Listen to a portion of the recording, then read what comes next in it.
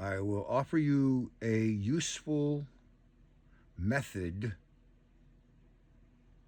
a tool to accelerate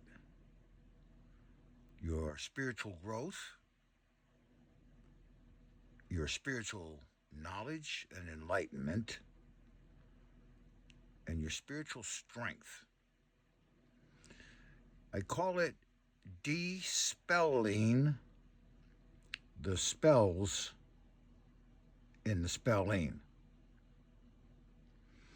There should be a law against allowing words that were originally meant one way to be used any other way. And we see this in culture. Words change.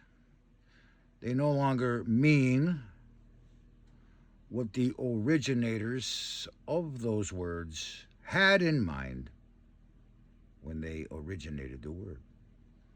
For example, anytime you attach the letter A to the front of any word in English, you negate the word, you reverse it. For example, take the word typical. Now attach an A to it. Atypical, which means not typical. Symmetric, attach a letter A to the front. Asymmetric, which means not symmetric. Moral, amoral, not moral. Now here's where it gets tough. But here's where the growth comes. Here's where this methodology of despelling the words you use, find out what they originally meant when they were invented, and get into the mindset of those people who invented these words. What did they know? Now take this principle of attaching the letter A to any word and see it reverse the word, and now start thinking about the word live. Live. Wake.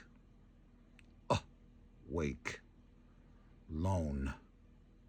Lone. To be alive is to be not live. To be awake is to be not woke. To be alone is to be not lone. Paired, lone wolf. A union, yin yang, you as a two. And as long as you continue to perceive and see yourself to be a singularity, rather than in a relationship with yourself as a duality, yin yang, two living opposites that are attracted to each other, you will always remain in the A list. To be alive is to be not live. Walking dead. Dead in the head. Another example, the word holy. What does it mean to be holy? Ask yourself. I'll ask you. What does it mean to be holy? Well, if you despell this word, where did the word holy come from? Because all of these things are words before they have any meaning attached to them. They're just words. The word holy is a word. Where did it come from? What did it mean when they first used it? What was on their minds? What did they know that we have lost? And the word holy comes from the word whole. To be paired, not dispaired, in pieces. You are a twin individual, not an individual. There's two of you.